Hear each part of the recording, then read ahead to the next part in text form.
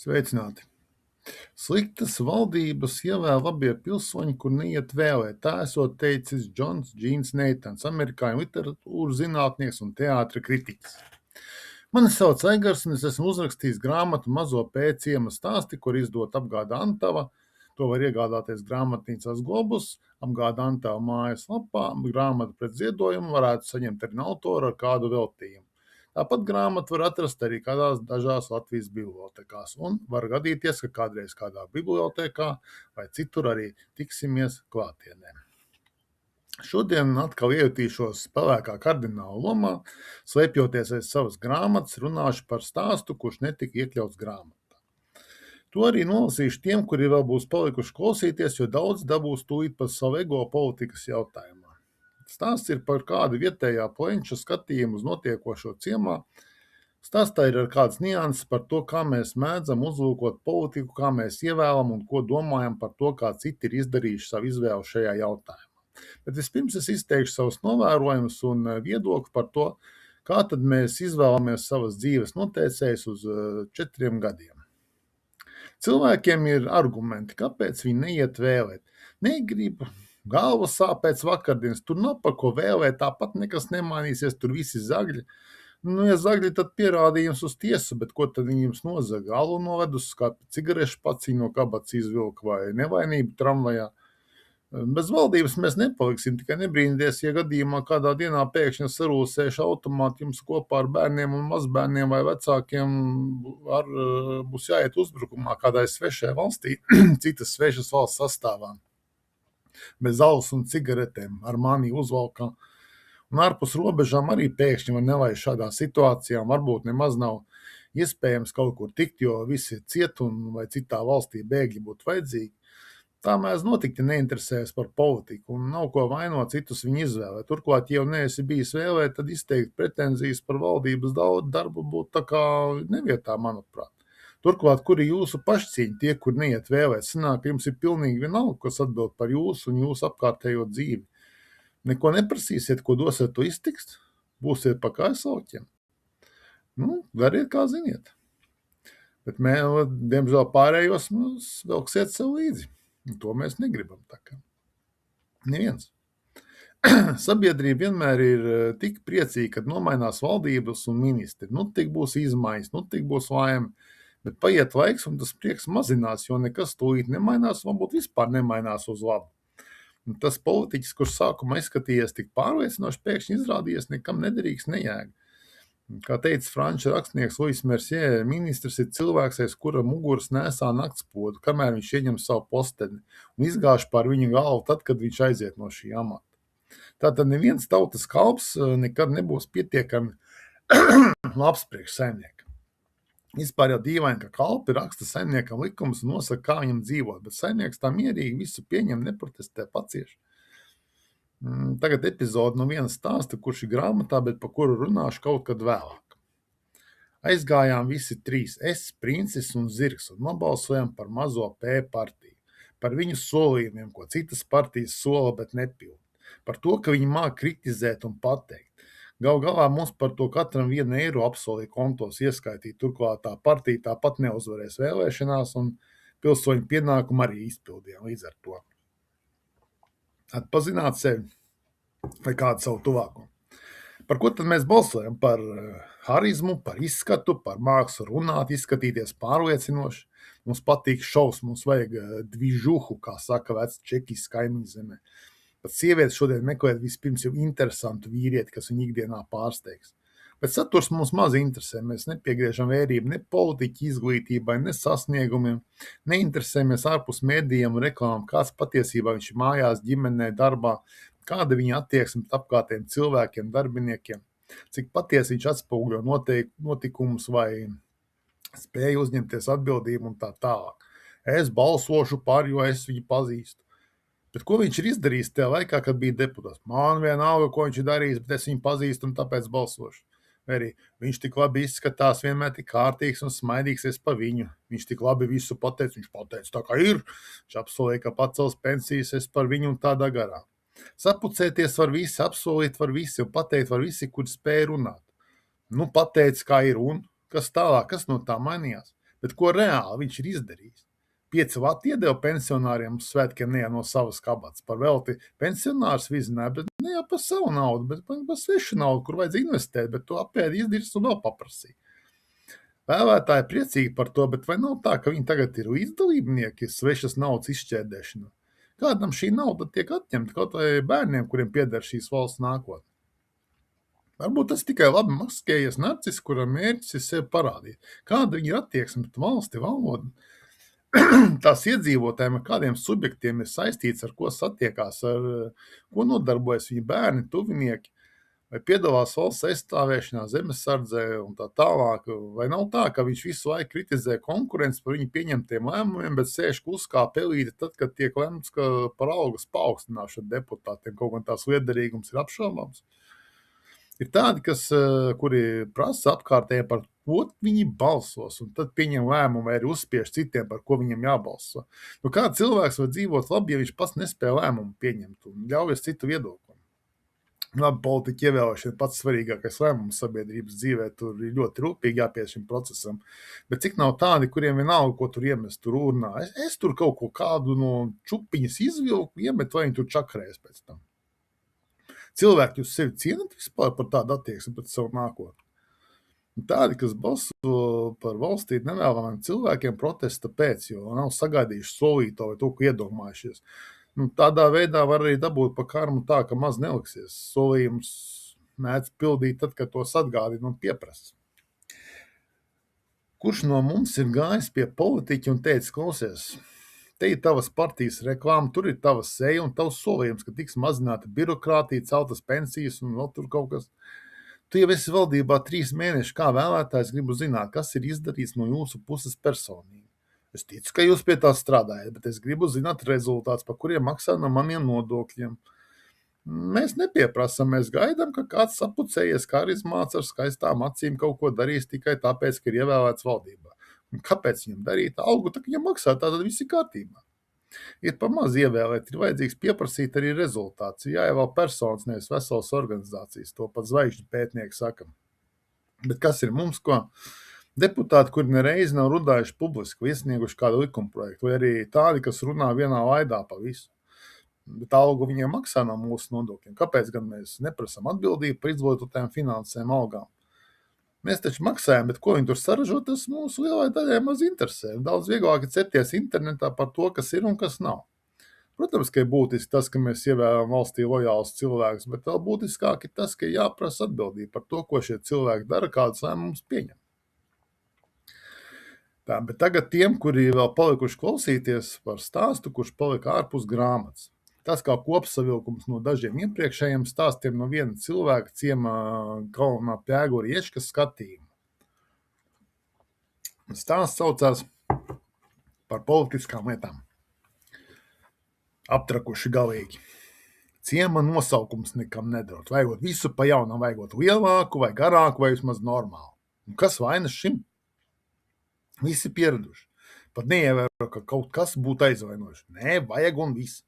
Arguments vajadzīgs. Ņēmās mērīt visiem večiem tos pirkstus, jo barons savukārt savā laikā rakstījis, ka tas P tikai uz vīriešiem attiecināms. Sākumā gan daudz domāja, ka tas P nav saistīts ar pirkstiem. Tur asas diskusijas bija par to variantu jūru. Nonāca pat līdz tādām lietām, pēc kurām barons jau vien nav reinkarnējies, droši vien, ka apgriezās apkārt kapā. Jo viņš tautas acīs ir kļuvis par netradicionāli orientētu baronu fon P, ja pilnā vārdā fon plānā galdiņa urbējs. Tad beigās kaut kā vienojās, ka mērīs tomēr tos roku pirkstus. Tur vēl kaut kādas speciālas pieaicināja, kā tur pareizi visu darīt. Bet patiesībā par to, kas īsti tas P, skaidrības nav vēl šodien, jo baronu dokumentos tas neesot teiks, bet pirksti ir tikai neoficiālā dokumentā. Mistika kaut kā to P. Varbūt tā laika patiesība kaut ko parādīsies. Labāk nebūtu aiztikuši, bet ja tā sagribējuši daži, tad neko. Pie manis arī bija mērītājs atnākušas. Pat iniciātora Emīlija, tā Līzīte, kas man reiz jaunībā zaļuma balē ar zābaku pausīm salika. Sāpīgi toreiz bija vesela nedēļa. Viņai visu laiku tas zābaks bija līdzi somiņā, pašai sardzībai. Tagad viņa ir bijušā deputāta sieva, bet joprojām somiņā to pašu zābaku nesā līdzi. Sieva tam pašam bijušajam deputātam, ko Milda izreklamēja kā netradicionāli orientētu kopā viņa Bračku un Afanāsiju. Vai viņi tādi, es nezinu, man nekad nav uzmākušies. Deputāts ar Bračku man reizēm pat apinītīm iedod, tad man gan jāatstrādā, bet to paciest. Afanāsijas gan neko nedod, arī neuzmācās, turklāt viņam uz nagiem visu laiku jāskatās, kaut gan pēdējā laikā tāds zolīdāks palicis. Un tad vēl kaut kāda bija tām divām, bet to es nepazinu. Stādījās priekšā kā kaut kāds tur speciālists par konkrētu līniju, bet es jau aizmirsu kāds. Gribēju man tos pirkstus mērīt, bet es teicu Līzītei, ka ja tā būtu viena apinīta atnesus, nemīlīju otru, tad varbūt, ka arī būtu ļāvis nomērīt. Bet tā nē, ierakstīja man 0, bet kas tam man? Ne silts, ne augsts, un nekas viņam arī nesanāca. Kā bija mazi tie pirksti pirms mērījumiem, tāda arī palika pēc mērīšanas. Viss jau gribēja likties mierā, bet nevar tā krimties tie daži sievišķi. Un tas sakarināja visiem večiem tādas pirkstu pagarināšanas ierīces kaut kādā ar medicīnu saistītā vietā, esot tāds uzgājuši internetā vai intīm precēm, kaut kā tā. Un tad pielāgojuši uz roku pirkstiem. Sievas un brūces pašas apsolies to laiku gan malku skaldīt, gan gārzu rakt, gan televizoru skatīties un citus darbus darīt, lai tik vīrieši tos nesām, lai tie P būtu lielāki un ciema nosaukums līdz ar to arī. Es bez apinīšu dienā neļāvos, tāpēc man izslēdz no tā pasākuma. Bet tā no vienas puses bija laba ideja, būtu gari pirksti, uzreiz kāds 2 vai pat 3 apinīši vienā rokā varētu paņemt un dzert no tiem, taču tad mute arī būtu jāpastiep lielāk, vai uzreiz var dzert no visām pudelēm. Bet tad apinīts ātrāk beigtos. Tāpēc labāk nē. Bet veči tad arī staigāja viens pie otru un mērījās, un tad izrādījās, ka visiem tie pirksti normāli un visas iespējas tādā veidā tikt arī pie lieliem. Tad metās vākt parakstus, bet tos gribēja iestādes izbrāķēt, kādu daļu nebija kaut kas tur īsti pareizi. Vismaz tāds aizdomas bija. Tad izliku uz nobalsošanu. Un tauta, protams, ka bija gudrāk, atstāja visu pa vecam. Bet vai tie sievišķi to samierinās? Nē, protestēt vajag. Tad protestēja tā, ka paši palika bez veikala, mašīnām, logiem un kartupeļiem. Līdz ar to viņiem nav ko ēst, bet tā viņiem arī vajag. Nav ko nekārtības taisīt pašsaprotamām lietām. Vai viņi iet tagad reizi nedēļā 5 km līdz autoveikalam pēc maizes, jo vietējo veikalu mītiņos izdemolēja. Un kartupeļi arī vairs nav. Kaut kas tos noredz paklusos. Staigāja un meklēja ilgi. Arī te pie manis. Vispirms paši domāja, ka es to izdarīšu. Es? Un tādu darbu? Turklāt laikā, kad alus jādzer, prātā nenāk. Turklāt man pašam savi kartupeļi kaut kur un kaut kad iestādīt. Pēc tam atbrauc kaut kādi tur no privāta detektīvu aģentūras kaut kādas, tad vēl tie kinologi bija un meklēja ar suņiem un sapieri bija izsaukta mīnu meklētājiem. Un vēl beigās kaut kādi ar tiem baigiem moderniem aparātiem, skeneriem kaut kādiem. Es vēl cerēju, ka manus kartupeļus atradīs, lai varu tos norakt beidzot, bet nekā. Taču uz autoveikalu man jāiet mazāk nekā viņiem. Es pa otru purva pusi 5 minūtes un klāt. Paņem savu apinīšu, devu miers, un ja nebūtu protestējuši, varbūt arī, ka pie Eiropas naudas būtu tikuši. Bet tagad valdība uztaisīja apveceļu ap ciemu, lai nemusina caurbraucējus. Lūk, tas ir pareizi, to es saprotu. Tad man mazā pa purvu jābrien uz soli, ka jaunu ciemu tagad būvēšot būs man, kur priekš apinīšu paprasīt. Un tad partijas savaidzēs. Taisīt, jā. Uztaisīja. Tā reklamē. Viens otram uz ielas tikai stāstīja un stāstīja, cik labi būs. Bildes visur, kur saliek, uz mašīnām, uz mājas sienām, uz žogiem. Es arī biju mieru, lai liek uz manas būdas, vismaz ziemā vēšpa sniegu pa šķirbām nepūst iekšā. Negribēju laikam to manis prasīt apinīšu iepakojumu dot. Teica, ka neviens te pie manis izņemot Vardes un Stārķus to reklāmu neredzēs. Bet Vardes un Stārķi tas nesot elektorāts. Es gan viņiem teicu, ka te makšķernieki bariem brauc garām brīvdienas, bet vienalga neklausījās. Bet man ideja par makšķernieku aģitāciju viņi nozaga. Jā. Kādā pēcpusdienā. Īsi pirms vēlēšanām redzu, ka vesela aģitbrigāde brauc uz manu pusi. Laimes vācis iejūgs ratos sēž topošie politiķi un dažas tādas smukas meitenes īsos svārciņos uzkrāsojušos. Es jau domāju, ka brauks pie manis, vai aģitēs, varbūt ar apinīti pacienās, tad jau es būtu gatavs balsotais. Bet ne, šī aizbrauc uz ezeru. Es jau padomāju, ka brauc makšķernieks aģitēt, bet to netiku redzējis, ka kāds makšķernieks būtu braucis turien. Tad es pat taisno uz ezeru un redzu, ka aģitbrigāde uzceļ teltu, uzriek grilu galdiņu uzklāja. Jā, to es saprotu, tā ar vēlētājiem jāstrādā. Es tad uzreiz pie viņiem sāku interesēties, ar ko tad cienās vēlētājs bez šie nekā. Aiztrieca vispār mani prom. Nu, ja viņi tā, tad es zvanu Antonam un saku, ka ir darbiņš. Jāiet izjokot aģit brigādi. Tur visādi labi dzeramie un uzkožamie. Antonam divreiz nav jāsaka. Patiesībā arī Antons man to partiju visu laiku reklamē, bet tikai tāpēc, ka citādi mājās sievas māti mēs nedēļ. Bet te lepni uzkožamie, tikai mazliet jāpadarbojas. Tā izjokošana finālā tomēr izdevās ļoti labi. Vienīgi Laimas Vācis mums ieraudzījis noģīvu, laikam jau pārāk daudz aģitācijas materiāls bija uzņēmis. Otrā dienā viņš sēdēja ratos, turēdams ķepu pie sirds, bet pārējie partijas biedri sasēdušies turpat ratos viņam apkārt uzmundrināmi. Centās turēt viņu pie samaņas un skubināja meitenes, kuras nosvīdušas, izmetušās apakšveļā, vilka raktus pukodamās, ka tā reklāma, kurā viņas gatavs darīt visu no interneta, ir jāizdzēš. Bet tajā teltī izjokošanas vakarā jau tumsā, spriežot pēc no turienes nākošām skaņām, tika pilnveidotas metodas, kā apieties ar vēlētājiem pēc vēlēšanām. Taču mums ar Antonu svarīgāk bija tikt pie dzeramajiem un uzkožamiem. Tie bija gan uz galdiņa, gan ratos. Tos paņēmām un devāmies prom. Tas arī bija izjokošanas mēģis atstāt viņus bez dzeramajiem un uzkodām. Bet tā partija nu sanāca raibu raibā. Salīda tur iekšā visādi zināmi un nezināmi. Bija jau, protams, arī kāds sakarīgi, bet tos pie tiekšanas nelaida. Es arī piedāvājos būt par padomnieku, jo padomus dot es protu. Un cik apkārt runāt, darbs nav atbildīgs. Iedod tikai padomu, lai tālāk paši domā un dara. Par to vēl labi maksā.